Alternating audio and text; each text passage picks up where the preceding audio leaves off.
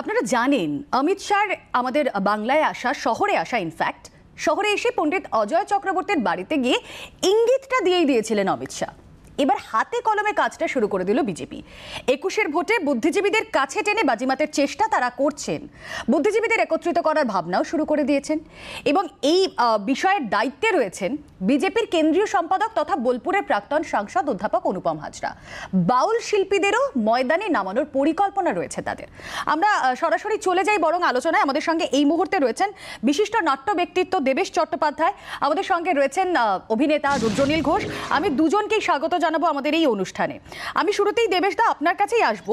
গোবলায় যদি ক্ষমতা দখলের প্রেক্ষিতে আমরা দেখি তাহলে সেখানে বুদ্ধিজীবীদের কোনো প্রয়োজন পড়ে না, কিন্তু বাংলার মানুষের মনন চিন্তন সেটা তো সত্যি সাহিত্য, গান, নাটক সমস্ত কিছুর সঙ্গে জড়িয়ে।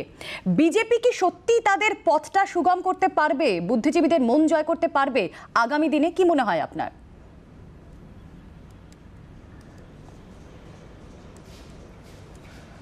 সেটা সময় বলবে, সেটা এক্ষুনি পুরোটা বলা যাচ্ছে না, কিন্তু প্রচেষ্টা তো একটা শুরু হয়েছে এবং যেটা খুবই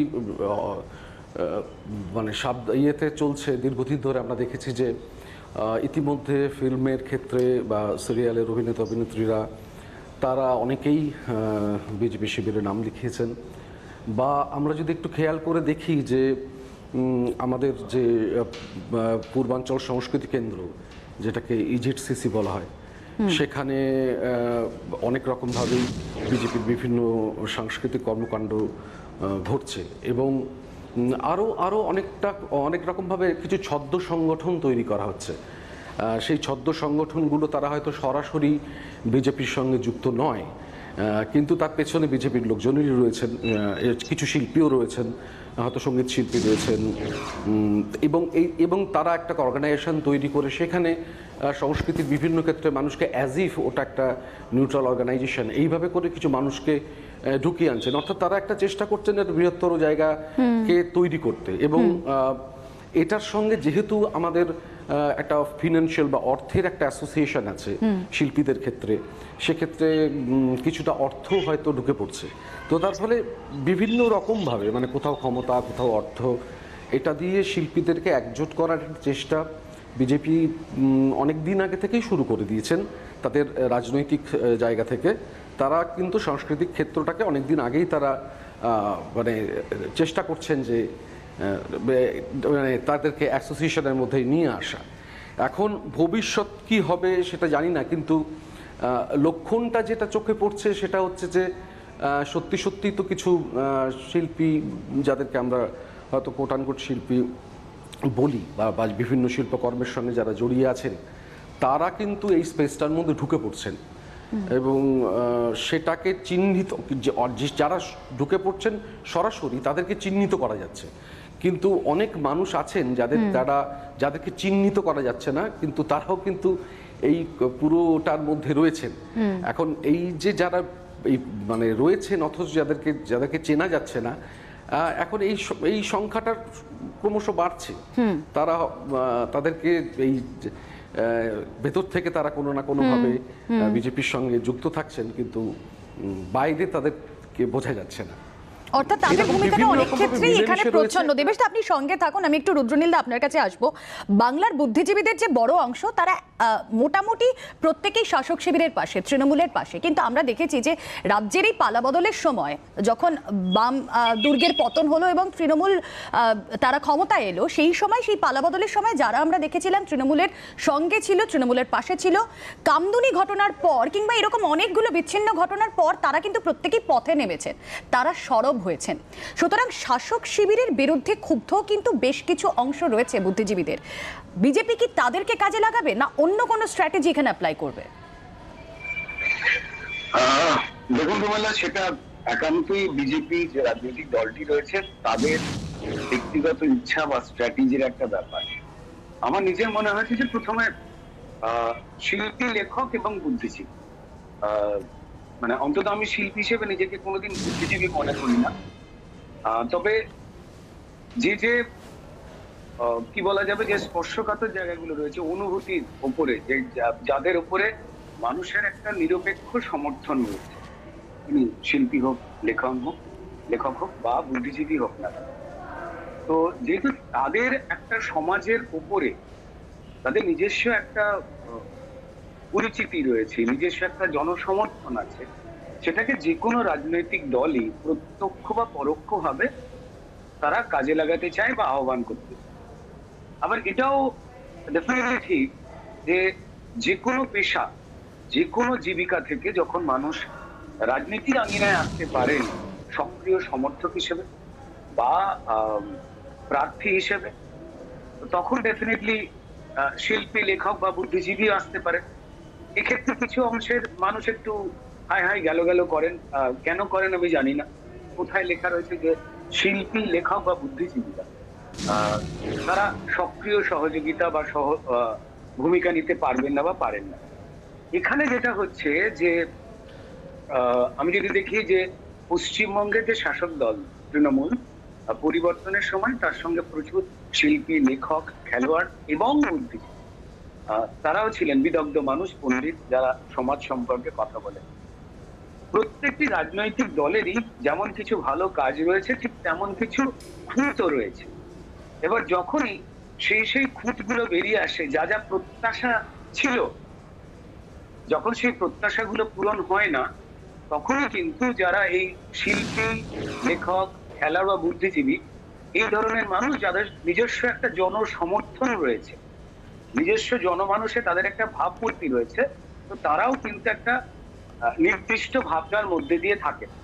আমি যদি খুব ভালো করে দেখি, তো যেমন এই রাজ্যে মমতা বন্দ্যোপাধ্যায় যখন 2011-তে ক্ষমতায় এলেন, সেই সময় যেমন প্রচুর মানুষ এর আগের 34 বছরের শাসক হিসেবে যারা ছিলেন, সিপিএম গভর্নমেন্ট, তাদের থেকে সরে বেরিয়ে এসেছিলেন, ঠিক তেমনই কিন্তু আমি 2014-তে মাননীয় প্রধানমন্ত্রী নরেন্দ্র মোদী এবং তার দল বিজেপিকে দেখি, সেক্ষেত্রেও কিন্তু এই ধরনের মানুষের বিচরণ, সমর্থন, সহযোগিতা সেটাও দেখেছিলাম। কারণ শিল্পী, লেখক ও বুদ্ধিজীবীরা তারা সমাজের বাইরের তো অংশ নয়, তারাও তো জনগণ, তাই না?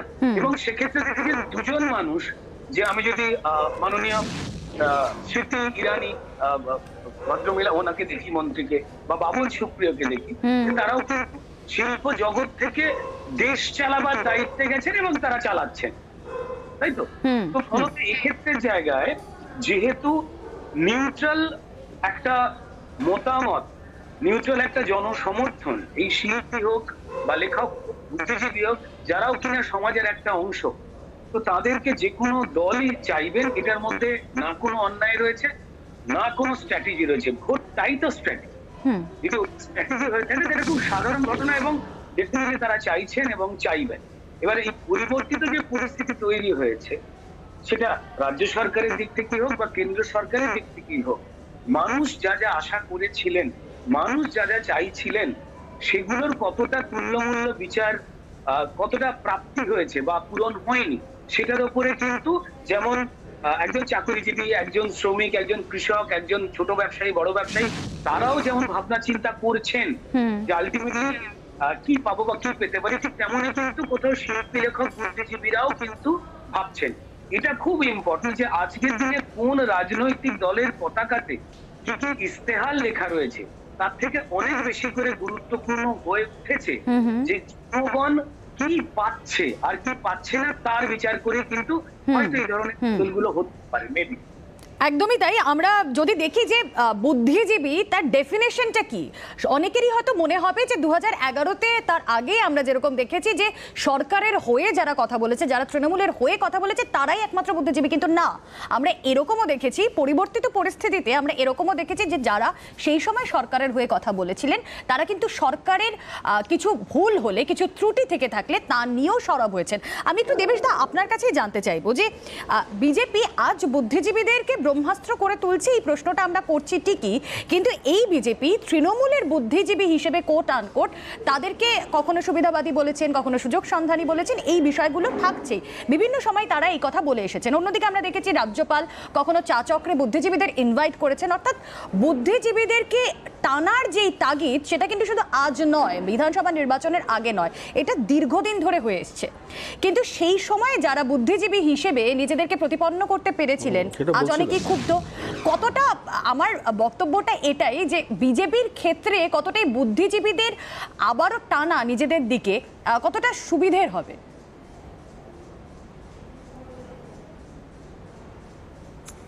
এখানে আমার একটা কথা আছে, সেটা হচ্ছে যে এই যে মানে কতটা পেয়েছি কতটা পাইনি, এটা দুটো লেভেলে চলে। একটা হচ্ছে ব্যক্তিগত লেভেলে। এখন ব্যাপার হচ্ছে যে আমাদের আমাদের আমার মনে হয় যে যারা বুদ্ধিজীবী শব্দটা তো এখানে মানে ব্যবহার হতে হতে ক্লিশে হতে হতে এখন একটা অন্য অর্থ বহন করে, যেটা রুদ্র বলল যে ও নিজেকে বুদ্ধিজীবী বলে মনে করে না।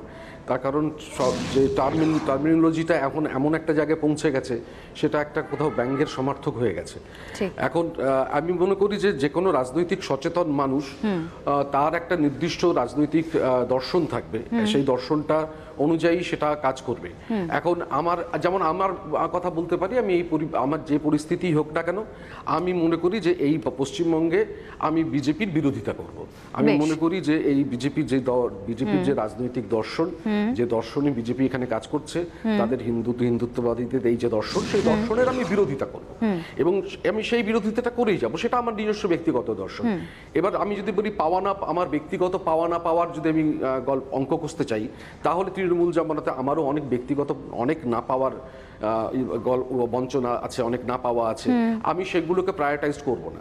আমি সেক্ষেত্রে আমার মূল কনসেন্ট্রেশনটাকে আমি রাখবো আমি বিজেপির বিরুদ্ধে। আমি চাইবো যে পশ্চিমবঙ্গে বিজেপি যাতে না আসে, এবং আমি আমার শিল্প দিয়ে আমি আমার যতটুকু আমার শৈল্পিক জায়গা রয়েছে, আমার যতটা ক্রিয়েটিভিটি স্পেস আছে, আমার আর্ট স্পেস রয়েছে, পারফর্মিং আর্টসের আমার যতগুলো মাধ্যম আছে, এই সমস্ত মাধ্যমগুলো দিয়ে আমি আপ্রাণ চেষ্টা করব বিজেপির বিরোধিতা করতে, যাতে পশ্চিমবঙ্গে বিজেপি না ঢোকে। তো এটা হচ্ছে আমার ব্যক্তিগত রাজনৈতিক দর্শন। এই দর্শনটার জায়গাটা আমি মনে করি যে অনেক পাওয়া বা না পাওয়ার যে ব্যক্তিগত ক্ষেত্র, সেই ব্যক্তিগত ক্ষেত্র যদি শিল্পীরা অতিক্রম করেন, তাহলে আমার মনে হয় যে সামগ্রিকভাবে তারা বুঝতে পারবেন যে এই রাজ্যের ক্ষেত্রে, সাধারণ মানুষের ক্ষেত্রে কোনটা প্রয়োজনীয়, কোনটা আমাদের ক্ষেত্রে বিপদ ডেকে আনতে পারে ভবিষ্যতে। এই সচেতনতাটুকু আমার মনে হয় যে একজন শিল্পীর কাছে এক্সপেক্টেড। তার ব্যক্তিগত কতটা তিনি পেয়েছেন, কতটা তিনি পাননি, কতটা তার পাওয়ার কথা ছিল, এই সমস্ত অঙ্কের বাইরে গিয়ে কিন্তু আজকে সময় এসেছে যে আমাদের সবাইকে ভাবতে হবে যে এই রাজ্যে আমরা কিভাবে কি চোখে দেখবো, আমরা আমাদের ব্যক্তিগত পাওয়া না পাওয়াগুলোকে প্রায়োরিটাইজ করব, করে নিয়ে একটা রাজনৈতিক দর্শনহীন ভাবে কোনো একটা ক্ষমতার মধ্যে বৃত্তে ঢুকে পড়বো না। আমার নিজস্ব রাজনৈতিক দর্শন নিয়ে যে প্রবলভাবে হিন্দুত্ববাদীদের যে দর্শন, পশ্চিমবঙ্গের যেটা নিজস্ব সংস্কৃতি নয়, পশ্চিমবঙ্গের যেটা নিজস্ব কৃষ্টি নয়, সেই কৃষ্টির ওপর চাপানোর চেষ্টা করা হচ্ছে, তার বিরুদ্ধে রুখে দাঁড়াবো।